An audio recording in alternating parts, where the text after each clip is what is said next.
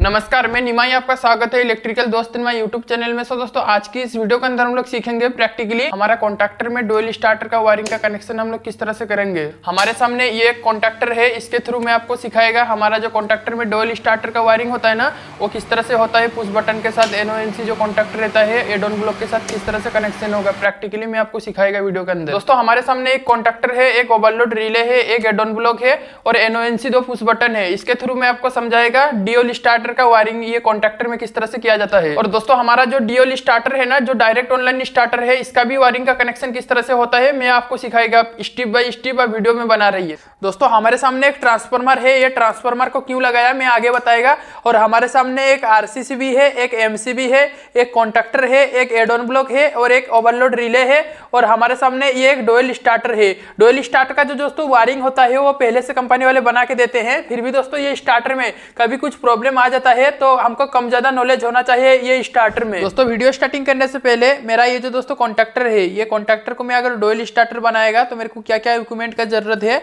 मेरे को एक कॉन्टैक्टर जरूरत है और एक ओवरलोड रिले जरूरत है और हमारा एक NO पुश बटन चाहिए जो हम लोग बोलते हैं ना नॉर्मल ओपन, और एक NC पुश बटन चाहिए जो है हमारा नॉर्मल क्लोज, और एक हमको एड ऑन ब्लॉक चाहिए। अगर आपका कॉन्टैक्टर पे ये जो दोस्तों दिख रहे हो NC पॉइंट है ना, अगर आपका कॉन्टैक्टर पे NO रहेगा तो एड ऑन ब्लॉक लगाने का आपको कोई जरूरत नहीं है। दोस्तों अगर आप ये कॉन्टैक्टर के साथ डुअल स्टार्टर को बनाना चाहते हो या फिर आप कॉन्टैक्टर परचेस करना चाहते हो, मतलब दुकान पे आप अगर खरीदना चाहते हो तो किस तरह से आपको खरीदना है वो भी आप थोड़ा देख लीजिए ताकि बाद में कोई परेशानी ना आए।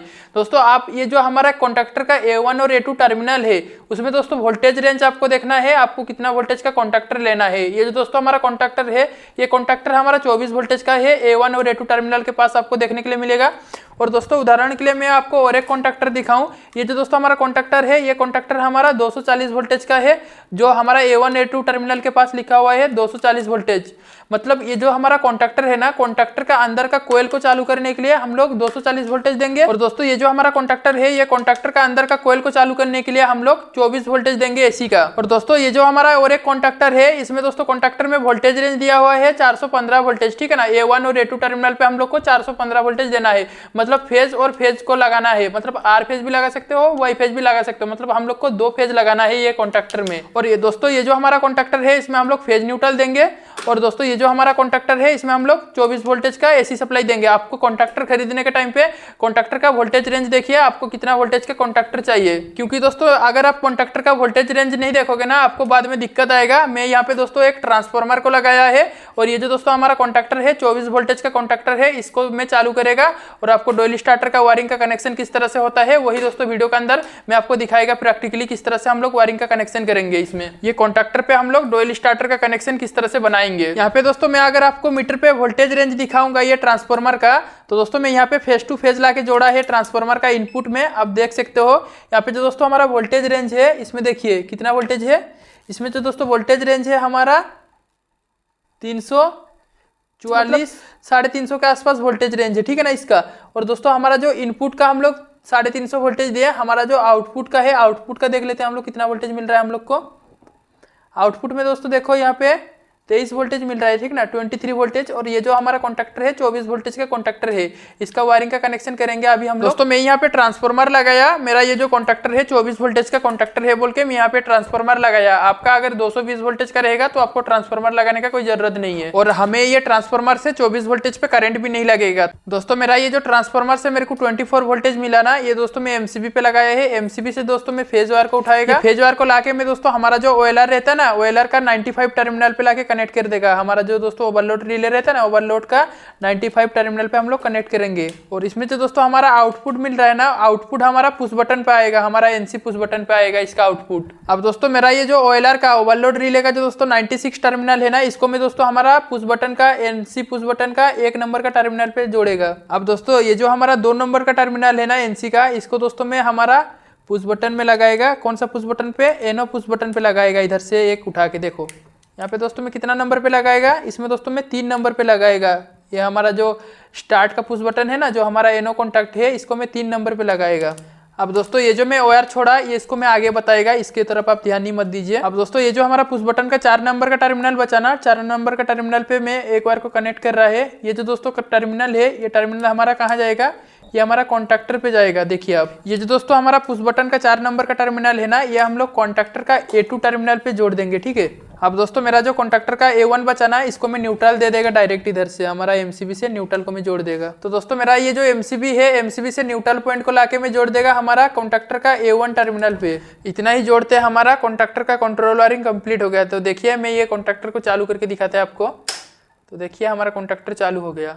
अभी दोस्तों मैं ये कॉन्टैक्टर पे मेरा लोड को चलाने के लिए पावर वायरिंग करेगा। अगर आप आपका 3 फेज मोटर को चलाना चाहते हो, हमारा जो दोस्तों कॉन्टैक्टर का L1 L2 L3 टर्मिनल रहता है ना, उस पर आप 3 फेज को लाके जोड़ सकते हो। मैं फिलहाल हमारा जो दोस्तों ये लैंप है ना, ये लैंप को मैं चलाएगा और आपको दिखाएगा इसमें कनेक्शन करके हमारा कॉन्टैक्टर पे। मेरे पास दोस्तों मोटर नहीं है 3 फेज का, मैं इस पे लैंप से आपको कनेक्शन करके दिखाएगा पावर कनेक्शन। अभी दोस्तों मैं इस पे मेन सप्लाई देगा ओवरलोड रिले पे, जो मैं दोस्तों यहाँ पे L1 और L3 पे फेज न्यूट्रल को लाके जोड़ेगा हमारा ओवरलोड रिले पे 1 नंबर और 3 नंबर का टर्मिनल पे फेज न्यूट्रल को लाके जोड़ेगा। देखो आप यहाँ पे दोस्तों मैं एक RCCB को ले लेगा, क्योंकि दोस्तों हमें इलेक्ट्रिकल का खतरा रहता है, हमें इलेक्ट्रिकल का शॉक लगने से हमारा RCCB ट्रिप हो जाता है। अब दोस्तों मेरा ये जो RCCB है, RCCB में फेज न्यूट्रल को लाके मैं जोड़ा है। इसका जो दोस्तों आउटपुट का फेज न्यूट्रल होगा वो मैं इधर कनेक्शन करेगा। इधर से मैं न्यूट्रल वायर को जोड़ा। RCCB मेरे को यहाँ पे 2 पोल का लेना चाहिए था, पर मेरे पास 4 पोल का RCCB है, 2 पोल का RCCB फिलहाल नहीं है। अब दोस्तों ध्यान से देखिए, ये जो हमारा RCCB का फेज और न्यूट्रल आया है ना, ये हमारा ओवरलोड रिले का 1 नंबर और 3 नंबर का टर्मिनल पे आया है। हमारा जो फेज न्यूट्रल आया है ना, 1 नंबर और 3 नंबर का टर्मिनल पे आया है। और दोस्तों जैसे हम लोग ऑन करेंगे RCCB को, हमारा जो पुश बटन है, पुश बटन दबाने के बाद हमारा बल्ब चालू हो जाएगा। देखो मैं जैसे पुश बटन को दबाएगा हमारा बल्ब चालू हो जाएगा। देखो यहाँ पे देखो हमारा बल्ब चालू हो गया। पर दोस्तों इसमें एक प्रॉब्लम क्या हो रहा है, ये पुश बटन को दोस्तों मैं जब तक दबा के रखेगा तब तक हमारा बल्ब ग्लो होगा। जब मैं छोड़ देगा ये पुश बटन को, तभी हमारा ये बल्ब ग्लो होना बंद हो जाएगा। देखो जैसे मैं छोड़ा हमारा बल्ब ग्लो हो गया, और जैसे मैं दबा रहा है वैसे हमारा बल्ब चल रहा है। हम ऐसा नहीं चाहेंगे ना, हमारा स्टार्टर पे हम लोग बटन को दबा के ही रखेंगे। हम क्या चाहते हैं, हम लोग एक ही बार दबाएंगे पुश बटन को, हमारा कंटिन्यू चालू रहना चाहिए। तो दोस्तों इसके लिए हम लोग को कॉन्टैक्टर पे होल्डिंग करना पड़ेगा। तो दोस्तों आपको कॉन्टैक्टर पे होल्डिंग करने के लिए सबसे पहले आपका कॉन्टैक्टर पे NO कॉन्टैक्ट रहना चाहिए। ये हमारा जो कॉन्टैक्टर का है, कॉन्टैक्टर पे NC कॉन्टैक्ट है। तो दोस्तों हम लोग यहाँ पे क्या करेंगे, एक एड ऑन ब्लॉक को लगाएंगे, ठीक है ना। हम लोग यहाँ पे एक एड ऑन ब्लॉक को लगाएंगे, हम लोग NO पॉइंट बनाएंगे इसमें से। देखिए एड ऑन ब्लॉक लगा के NONC का पॉइंट बनाया जाता है। अब दोस्तों मैं यहाँ पे क्या करेगा, हमारा जो दोस्तों पुश बटन का 2 नंबर का टर्मिनल है ना, ये टर्मिनल दोस्तों मैं हमारा एड ऑन ब्लॉक का NO कॉन्टैक्ट पे 1 पे लगा दूंगा। और दोस्तों ये जो हमारा कॉन्टैक्टर का A2 पे हम लोग जो कनेक्शन लगे जोड़े ना फेस का, उधर से दोस्तों हम लोग एक पॉइंट ले लेंगे, हमारा NO टर्मिनल पे लगा देंगे एड ऑन ब्लॉक का, ठीक है ना। इधर दोस्तों हम लोग अभी क्या किए, हमारा कॉन्टैक्टर को होल्डिंग का कनेक्शन हम लोग कंप्लीट कर लिए। अभी दोस्तों देखो मैं जैसे हमारा पुश बटन को एक ही बार दबाएगा, हमारा कॉन्टैक्टर होल्डिंग हो जाएगा। मतलब पुश बटन को हम लोग एक ही बार चालू करेंगे और हमारा ये जो कॉन्टैक्टर है वो चालू ही रहेगा, वो बंद ही नहीं होगा। देखो यहाँ पे दोस्तों मैं जैसे एक बार प्रेस किया पुश बटन को, NO पुश बटन को, हमारा कॉन्टैक्टर चालू हो गया। जैसे मैं NC पुश बटन को प्रेस करेगा हमारा कॉन्टैक्टर बंद हो जाएगा। देखो यहाँ पे दोस्तों जैसे मैं NC पुश बटन को प्रेस किया बंद हो गया। यहाँ पे फिर से देखिए मैं NO कॉन्टैक्ट को जैसे चालू करेगा, हमारा जो दोस्तों NO पुश बटन रहता है ना, नॉर्मली ओपन जो पुश बटन है, हम लोग एक बार चालू करेंगे तो हमारा कॉन्टैक्टर चालू ही रहेगा। और दोस्तों जब हम लोग बंद करेंगे तब हमारा बंद हो जाएगा। और इसमें दोस्तों एक फायदा भी होता है, हमारा जो दोस्तों मोटर का हम लोग कनेक्शन करके रखते हैं ना, हमारा अगर मेन सप्लाई चला जाता है तो हमारा मोटर ऑटोमेटिक बंद हो जाता है और बाद में चालू नहीं होता है मोटर। फिर सप्लाई आने के बाद वो मोटर चालू होता है, ऑटोमेटिक चालू नहीं होगा। लाइट अगर ऊपर से चला जाएगा तो वो मोटर हमारा बंद हो जाएगा। फिर लाइट आने के बाद हम लोग को पुश बटन को दबाना पड़ेगा चालू करने के लिए। दोस्तों ये वीडियो के अंदर मैं आपका और एक डाउट क्लियर करना चाहता हूँ। ये जो हमारा कॉन्टैक्टर का L1 L2 L3 टर्मिनल है और दोस्तों हमारा जो T1 T2 T3 टर्मिनल है, क्या हमारा जो दोस्तों कॉन्टैक्टर है, कॉन्टैक्टर पे हम लोग को 220 वोल्टेज जो हमारा कोयल पे दे रहे हैं, या फिर हम लोग जो 24 वोल्टेज कोयल पे दे रहे हैं, क्या हमारा ये टर्मिनल पे भी 24 वोल्टेज मिलेगा? जी नहीं दोस्तों, हम लोग इस पे ज्यादा लोड को जोड़ सकते हैं, मतलब ज्यादा वोल्टेज को लाके हम लोग कनेक्ट कर सकते हैं। इसमें क्या होता है दोस्तों, जब हमारा कॉन्टैक्टर का अंदर जो दोस्तों हमारा कोयल रहता है ना, जब हमारा अंदर का कोयल चालू होता है तब हम लोग को इधर से कनेक्शन मिलता है। तो देखो दोस्तों मैं मैनुअली इसको चालू करेगा तो हमारा जो इनमें दोस्तों जो फेज और न्यूट्रल आ रहा है वो हमारा कॉन्टैक्टर को मैं मैनुअली चालू कर रहा है तो हमारा इसमें लाइट जल जाएगा। देखो इस पे दोस्तों मैं जैसे ही दबा रहा है हमारा लाइट जल जा रहा है, जैसे छोड़ देगा वैसे बंद हो जाएगा। हमारा कॉन्टैक्टर जब चालू होगा हम लोग यहाँ पे अगर RYB 3 फेज को लाके जोड़ेंगे, इधर हम लोग को RYB 3 फेज मिल जाएगा मेन सप्लाई का। अब दोस्तों ये जो हमारा कॉन्टैक्टर के अंदर हम लोग A1 और A2 टर्मिनल पे 24 वोल्टेज दिए दिए, ये हमारा कॉन्टैक्टर का अंदर का जो दोस्तों कोयल रहता है उसको चालू करने के लिए हम लोग वोल्टेज दिए। हम लोग इस पे ज्यादा वोल्टेज को लाके कनेक्ट करा सकते हैं L1 L2 L3 टर्मिनल पे कॉन्टैक्टर का। अब दोस्तों ये जो हमारा कॉन्टैक्टर है, ये कॉन्टैक्टर पे हम लोग सेम डुअल स्टार्टर की तरह ही कनेक्शन किए। ये देख सकते हो हमारे सामने एक डुअल स्टार्टर है, इसका भी दोस्तों मैं कनेक्शन करके आपको दिखाएगा। ये जो दोस्तों हमारा कॉन्टैक्टर का कनेक्शन है सेम डुअल स्टार्टर की तरह ही पूरा कनेक्शन हुआ है इसमें कॉन्टैक्टर में। देखो दोस्तों यहाँ पे मैं आपको थोड़ा अच्छी तरह से समझाता है। देखो हमारा ये जो मेन सप्लाई आया है हमारा एमसीबी से पहले आया है इनपुट में, और आउटपुट में हम लोग जो दोस्तों एमसीबी से फेस को उठाए वो हम लोग पहले पुश बटन पे नहीं लगाएंगे, हम लोग पहले OLR पे लगाएंगे। हमारा जो ओवरलोड रिले है ना वो 95 टर्मिनल पे लगाएंगे। हमारा जो ओवरलोड रिले का आउटपुट में हम लोग को जो 96 का टर्मिनल से जो पॉइंट मिला वो हम लोग हमारा जो एनसी पुश बटन है 1 नंबर का टर्मिनल पे लगाए, और हमारा जो एनसी पुश बटन का 2 नंबर का टर्मिनल है ना, ये 2 नंबर का टर्मिनल से हम लोग एक फेस को लेके हमारा जो पुश बटन रहता है एनो का 3 नंबर का टर्मिनल पे लगाए। हमारा जो एनो पुश बटन का 4 नंबर का टर्मिनल है ना, ये हम लोग कहाँ लगाएंगे, हम लोग ये हमारा जो कॉन्टैक्टर का A2 टर्मिनल है ना, A2 टर्मिनल पे लगाए। हम लोग 4 नंबर का टर्मिनल को हम लोग A2 टर्मिनल पे लगाए, ठीक है। अब दोस्तों हमारा ये जो हम लोग कॉन्टैक्टर पे फेज दिए, हम लोग को न्यूट्रल भी तो देना है। हमारा जो दोस्तों ये न्यूट्रल पॉइंट है एमसीबी से जो दोस्तों हमारा डायरेक्ट आया है कॉन्टैक्टर का A2 टर्मिनल पे या फिर A1 टर्मिनल पे आप जोड़ दीजिए। आप फेज और न्यूट्रल एक एक टर्मिनल पे देना है। A1 पे अगर न्यूट्रल दे रहे हो तो A2 पे फेज दीजिए, अगर आप A2 पे न्यूट्रल दे रहे हो तो A1 पे फेज दीजिए, ठीक है। अब दोस्तों बाकी रह गया यह जो हमारा एडोन ब्लॉक लगा है कॉन्टैक्टर का होल्डिंग का, ठीक है ना। इसको मैं अगर निकाल देगा तो हमारा कॉन्टैक्टर होल्डिंग नहीं हो पाएगा। देखो यहाँ पे मैं दोस्तों जैसे निकाल दिया, पुश बटन को जब तक दबा के रखेगा तब तक हमारा कॉन्टैक्टर चलेगा। देखो जैसे मैं छोड़ देगा, यह हमारा एनसी पुश बटन है, जैसे मैं इसको एनो को छोड़ देगा हमारा कॉन्टैक्टर ऑटोमेटिक बंद हो जाएगा। तो देखो इसमें हम लोग को एडोन ब्लॉक जो हम लोग लगाए ना, इसमें दोस्तों हमारा कॉन्टैक्टर होल्डिंग हो जाएगा। किस तरह से होगा, हम लोग जो दोस्तों इस पे सप्लाई लगाए ना, अब दोस्तों ये जो हमारा कॉन्टैक्टर का NONC कॉन्टैक्ट होता है ना, ये हमारा एक्जुलरी कॉन्टैक्ट होता है, ठीक है ना। ये एक्जुलरी कॉन्टैक्ट क्या होता है, एक्जुलरी कॉन्टैक्ट हमारा सहायक के लिए होता है। ये जो दोस्तों हमारा पुश बटन का दोस्तों हमारा जो NC टर्मिनल है, NC टर्मिनल का 2 नंबर का टर्मिनल हम लोग को एनो पे लगाना है, और दोस्तों जो हमारा A2 का टर्मिनल है ना, हम लोग को फेज और लाके इधर का एनो का एक टर्मिनल पे लगा देना है। इतना ही लगाते हमारा ये कॉन्टैक्टर होल्डिंग हो जाएगा। तो देखो यहाँ पे मैं दोस्तों जैसे चालू करेगा एक ही बार हमारा कॉन्टैक्टर चालू रह जाएगा। देखो यहाँ पे हमारा कॉन्टैक्टर चालू होगा, जैसे दोस्तों मैं एनसी पुश बटन को दबाएगा नॉर्मल क्लोज को, हमारा कॉन्टैक्टर बंद हो जाएगा। तो देखो यहाँ पे हमारा कॉन्टैक्टर बंद हो गया। पर दोस्तों यहाँ पे हमारा कॉन्टैक्टर चालू होने के बाद हमारा लोड क्यों नहीं चालू हुआ, क्योंकि दोस्तों ये जो हमारा मैं एक RCCB को लगाया ना 4 पोल का, इसमें दोस्तों मैं फेज न्यूट्रल लाके कनेक्ट किया हमारा ओवरलोड का 1 नंबर और 3 नंबर का टर्मिनल पे, और हमारा जो लैंप हम लोग चला रहे हैं, अब अगर मोटर चलाते हो तो RYB 3 फेज को लाके जोड़िए, और हमारा जो L1 L2 L3 टर्मिनल है ना उसमें दोस्तों मोटर का कनेक्शन कीजिए। अब देखो दोस्तों ये जो हमारा कॉन्टैक्टर है, कॉन्टैक्टर के साथ ओवरलोड रिले जो हमारा OLR लगाया हुआ है, OLR लगाने का फायदा क्या है, देखो दोस्तों ये हमारा एक मोटर है, ठीक है ना। ये मान के चलिए हमारा एक मोटर हम लोग चालू किए हैं ये कॉन्टैक्टर से। तो क्या होगा दोस्तों, हमारा जो ये OLR पे हम लोग एम्पियर को सेटिंग किया है, हम लोग 10 एम्पियर किए या फिर 15 एम्पियर किए, वो दोस्तों मोटर जो चल रहा है बाई चांस वो मोटर जाम हो गया या फिर उसमें शॉर्ट सर्किट कुछ क्रिएट हो गया, तो दोस्तों उसमें क्या होगा, हमारा एम्पियर बढ़ जाएगा, और जैसे दोस्तों एम्पियर बढ़ जाएगा हमारा ओवरलोड रिले ये कॉन्टैक्टर को बंद कर देगा यहाँ से। तो देखो दोस्तों जैसे मैं ये चालू किया ना, अगर हमारा ये एम्पियर ज़्यादा ले लेगा या फिर कुछ खराब हो जाएगा तो हमारा ये ओवरलोड रिले बंद हो जाएगा, ठीक है। और दोस्तों हमारा मोटर को ये ओवरलोड रिले प्रोटेक्शन देगा, कॉन्टैक्टर प्रोटेक्शन नहीं देगा। ओवरलोड रिले लगाएंगे तभी हम लोग को प्रोटेक्शन मिलेगा, और ओवरलोड रिले के साथ साथ हम लोग को MCB भी लगाना है। और जैसे दोस्तों मैं RCCB को उठाया है, मैं RCCB को उल्टा लगाया है ताकि आपको कनेक्शन अच्छी तरह से समझ में आए।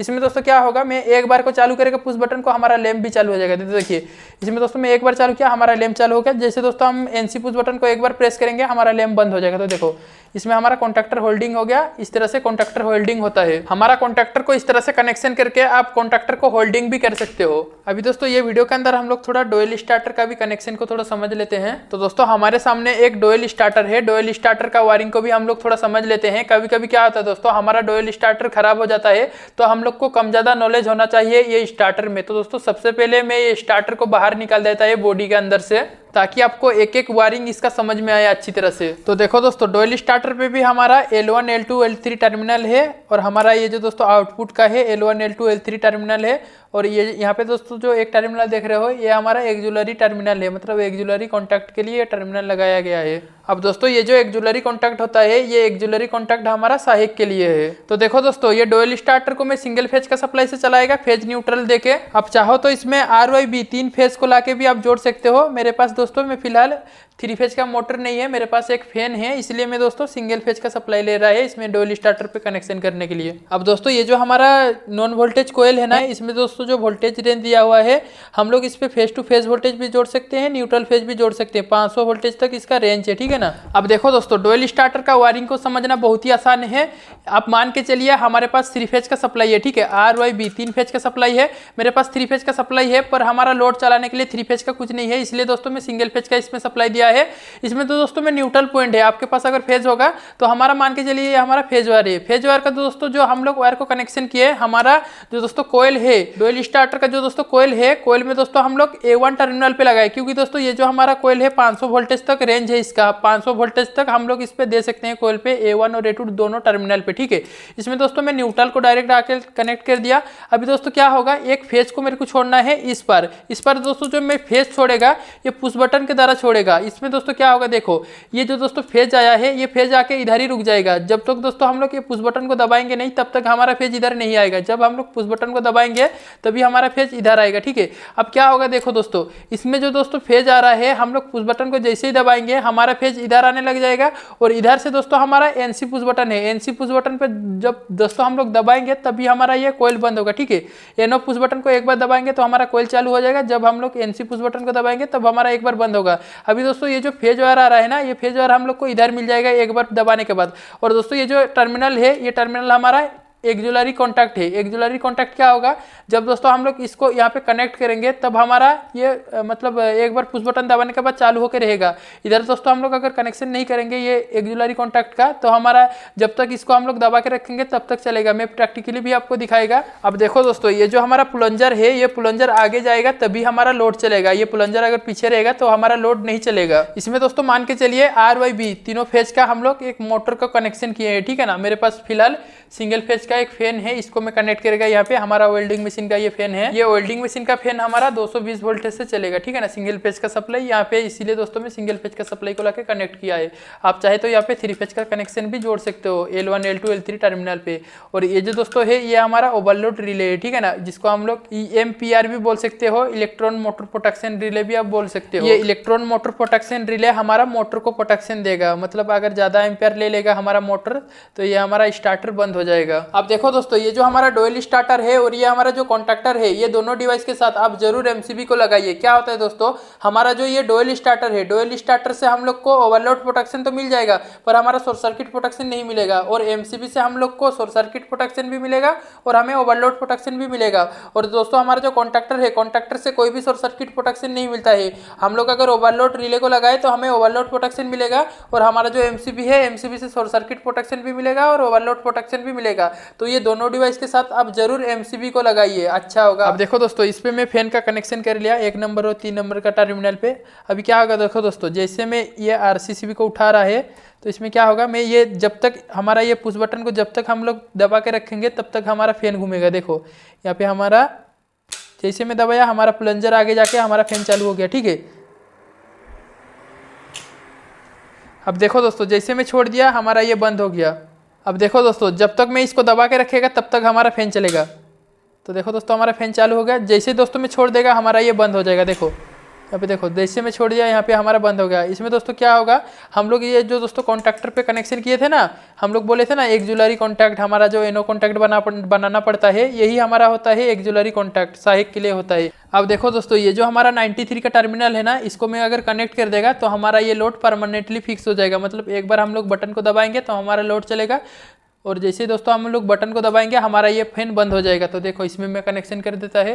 तो देखो दोस्तों जैसे मैं ये RCCB को ऑन कर रहा है, तो देखो दोस्तों जैसे मैं ये पुश बटन को प्रेस करेगा तब हमारा ये फैन घूमने लगेगा। तो देखो इसमें मैं पुश बटन को प्रेस कर रहा है तो देखो हमारा फैन घूमने लग रहा है, ठीक है।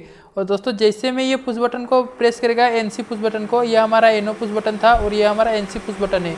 जैसे मैं दोस्तों इसको बंद कर देगा हमारा ये लोड बंद हो जाएगा। तो देखो हमारा लोड बंद हो गया। इसको दोस्तों बोलते हैं हमारा एक्जुलरी कॉन्टैक्ट, ठीक है ना। तो दोस्तों इस तरीके से डुअल स्टार्टर का कनेक्शन को किया जाता है। मैंने दोस्तों एक डुअल स्टार्टर के ऊपर वीडियो बनाया था 18 मिनट तक, ठीक है ना। डिस्क्रिप्शन बॉक्स में लिंक दे दूंगा, उधर से जाके वो वीडियो को आप देख सकते हो। जी हाँ दोस्तों, आज का ये वीडियो कैसा लगा आप लोग को एक लाइक करके कमेंट बॉक्स पे कमेंट करके जरूर बताइए। अगर आप इलेक्ट्रिकल का वीडियो को हिंदी में देखना पसंद करते हो, आज ही हमारा चैनल को सब्सक्राइब कीजिए। आज के लिए इतना ही, धन्यवाद।